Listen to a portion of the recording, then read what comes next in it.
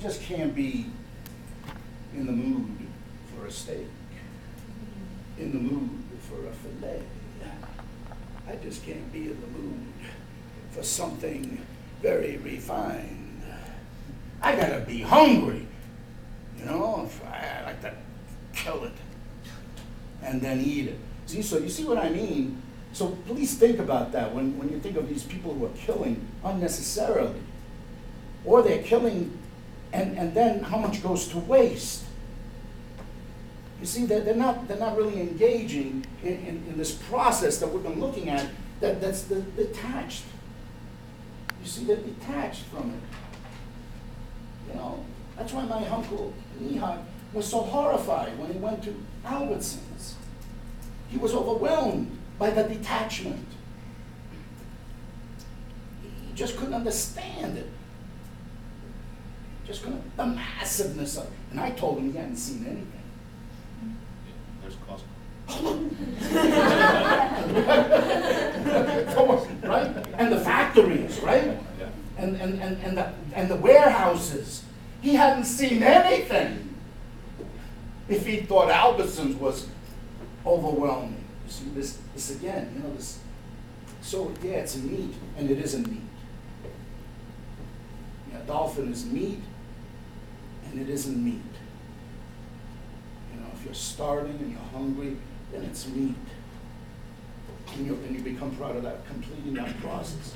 So it becomes very important to be connected. To be connected. And ultimately, one of the themes that's been coming up throughout this course has been connection to your body, connection to your hunger, right? Connection to your desire. Yes? I think that this feeling of disconnection is something that, well, it's certainly something that I feel plagues me, but I think that especially as Americans, we have this supposed work ethic, right? But we're so disjointed from the work that we actually do, that we work, and we don't ever see anything coming from it because we're not part of the actual production.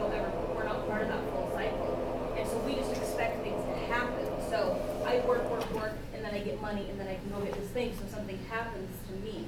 And, you know, we've been trying to have a baby for a long time. And for a long, long time, I was taking pills, and I was doing all these things, and I'm like, why isn't this happening to me? Why am I not getting pregnant? Why is this not happening to me? And for some reason, I had this little switch go on that said, well, what the hell are you doing about it, right? I wasn't part of the process at all. I was just letting everything else happen to me because that's how it was supposed to work. And, you know, I'm not pregnant yet, but I still feel like I'm more part of the process now because I'm doing these things so that I'm in it, that I'm doing the things that are part of that system. Yeah, what you're saying is crucial, right? Whether you're having a baby, you understand whether you're doing anything,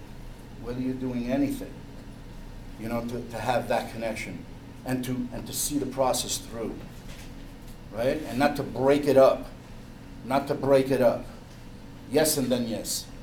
What I think is interesting about Warhol is, for example, the Brillo boxes. You know, anytime you walk into the grocery store or any store, everything sitting on those shelves really is just the accumulated labor of someone else, right? You know, that's what those things are. Those are people's, you know, work and time put into something. And so the people whose labor went into making the Brillo pad and the Brillo box and the Brillo design, that's a lot of labor for which they got paid almost nothing. Whereas Warhol comes along and paints a box, and how many millions of dollars do those boxes sell for? You know, the fascinating flip of the valuation of his labor, which was meaningless labor on some level. I mean, he would say, you know, he knew it. And yet the meaningful labor, the people's lives that went into those silly little Brillo pads. Right, I mean, he's playing with this disconnect. Sure. Okay, this is the big genius of Warhol and why he is a major artist, American of the 20th century, which I never really considered him such until around what was it? I went to, there was a retrospect in Chicago, and I was there for my sister-in-law's wedding, and I got to see a retrospect of Andy Warhol, and I kind of go, oh, Because if you just see the Campbell's soup can, right? It's just seeing that disconnect. But when you see the full critique, okay, the critique that he was offering about our society and our time, then he is major. He's as major as, yeah, Michelangelo for his time. Yes.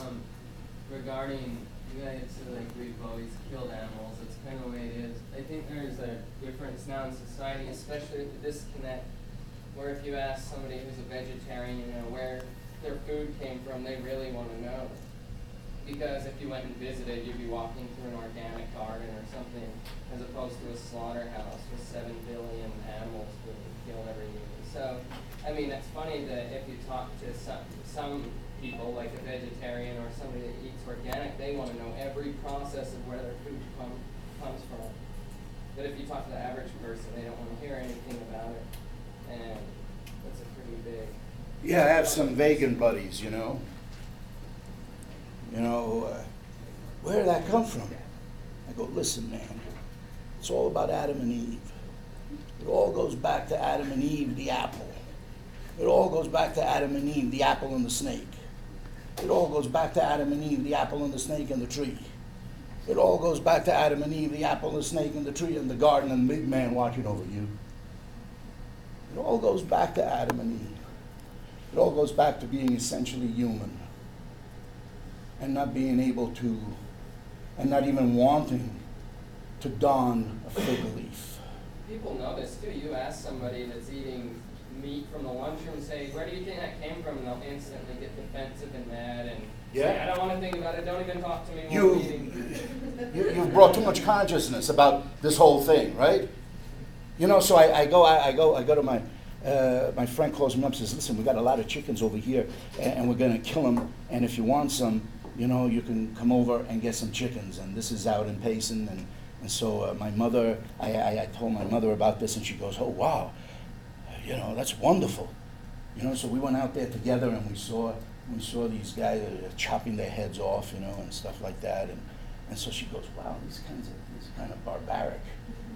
You know, so she took a chicken, you know, and put it under her arm over here, you know, grabbed its neck, whop!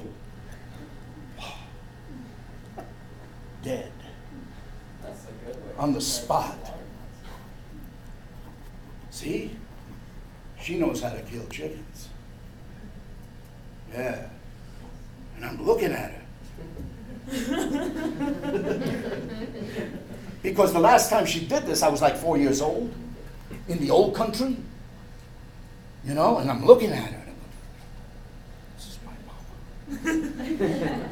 My mama knows how to met out death painlessly and wonderfully. I think it's interesting because I think there are people in advertising that have picked up on the fact that we are slightly